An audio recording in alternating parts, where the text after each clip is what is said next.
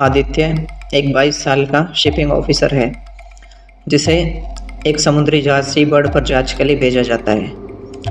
यह जहाज कई सालों से गोवा के समुद्री तट के पास खड़ा है। इसके बारे में कई डरावनी कहानियां प्रचलित हैं। लोगों का कहना है कि इस जहाज पर एक लड़की की आत्मा भटकती है जो अपनी मौत का बदला लेना चाहती है। लेकिन आदित्य इन सब बातों को सिर्फ अफवाह समझता है जब तक कि वह खुद इस खौफनाक सच्चाई का सामना नहीं कर लेता। आदित्य जहाज पर अपनी पहली रात बिताने के लिए कैबिन में जाता है। जहाज की दीवारों पर जंग लगी हुई थी, चारों ओर सन्नाटा पसरा था। आधी रात को अचानक जहाज के गलियारे में किसी के नंगे पैर चलने की आहट होती है। दरवाज़ा अपने आप हल्के से खुलता है और फिर बंद हो जाता है और फिर एक धीमी सिसकी सुनाई देती है, मुझे बचाओ। आदित्य घबराकर उठता है और गलियारे की तरफ और बढ़ता है। टॉर्च की रोशनी में उसे कुछ अजीब दिखाई देता है। फर्श पर गीले पैरों के निशान जो कहीं से आए थे लेकिन खत्म कहीं नहीं हो रहे थे। अगली सुबह आदित्य जहाज के पुराने दस्तावेजों को खंगालता है और उसे जहाज की एक पुरानी लॉग बुक मिलती है। उसमें लिखा हुआ था, सीबर्ड एक समुद्री जहाज था, लेकिन सालों पहले वह एक तूफान में फंस गया। इस पर सफ़र कर रही एक लड़की अनाया अचानक से गुम हो गई। जहाज के क्रू मेंबर्स ने दावा किया कि उसने खुद को समुद्र में फेंक दिया, लेकिन कुछ लोगों का कहना था कि उसे मारकर जहाज के अंदर ही दफना दिया गया। उसका शरीर कभी नहीं मिला, लेकिन उसकी आत्मा आज भी इस जहाज पर भटकती है।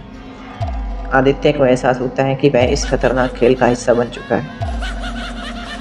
रात के घने अंधेरे में आदित्य जहाज के कंट्रोल रूम में बैठा था। अचानक स्क्रीन अपने आप ऑन हो गई और एक पुराना वीडियो प्ले होने लगा।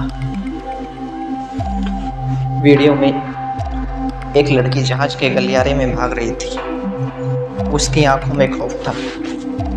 उसके पीछे कोई छाया जैसी आकृति थी और फिर वह अंधेरे में गायब हो गई।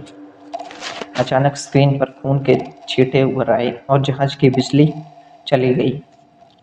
और फिर पीछे से किसी ने धीरे से कहा, तुम यहाँ नहीं रहने वाले थे। आदित्य पलट कर देखता है और वह लड़की ठीक उसके पीछे खड़ी थी। आदित्य भागने की कोशिश करता है, लेकिन जहाज का हर दरवाजा अपने आप बंद हो जाता है। जहाज की दीवारों पर खून से लिखे शब्द उभरते हैं, मुझे इंसाफ चाहिए। तभी जहाज के डेक पर तेज हवा चलने लगती है। धुंध के बीच अनाया की आत्मा सामने दिखने लगती है। उसका चेहरा सफ़ेद था कि काली गहराइयों जैसी और उसके लंबे बाल हवा में उठ रहे थे। उन्होंने मुझे मार दिया, अब तुम भी मुझसे नहीं बच सकते। आदित्य की सांसें थम जाती है। आदित्य समझ जाता है कि अगर उसे बचना है तो उसे अनाया की आत्मा को मुक्त करना होगा। वह जहाज के सबसे पुराने स्टोर रूम में जाता है, जहाँ उसे एक पुराना लॉकेट और एक डायरी मिलती है। डायरी में लिखा था, अगर कोई मेरे लिए यह पढ़ रहा है तो मेरी आत्मा इस जहाज में फंसी है, मुझे न्याय चाहिए। आदित्य जहाज के सबसे ऊपरी डेक पर जाता है और अनाया की कहानी को जोर से पढ़ने लगता है। तभी तेज हवाएं चलने लगती है, जहाज अपने आप हिलने लगता है और अनाया की आत्मा चिल्लाती है, मैं आज़ाद हूँ। आत्मा धीरे धीरे समुद्र में विलीन हो जाती है। सुबह आदित्य समुद्र के किनारे बेहोश पड़ा मिलता है। जहाज अब भी वही था, लेकिन अब वह पूरी तरह से शांत था।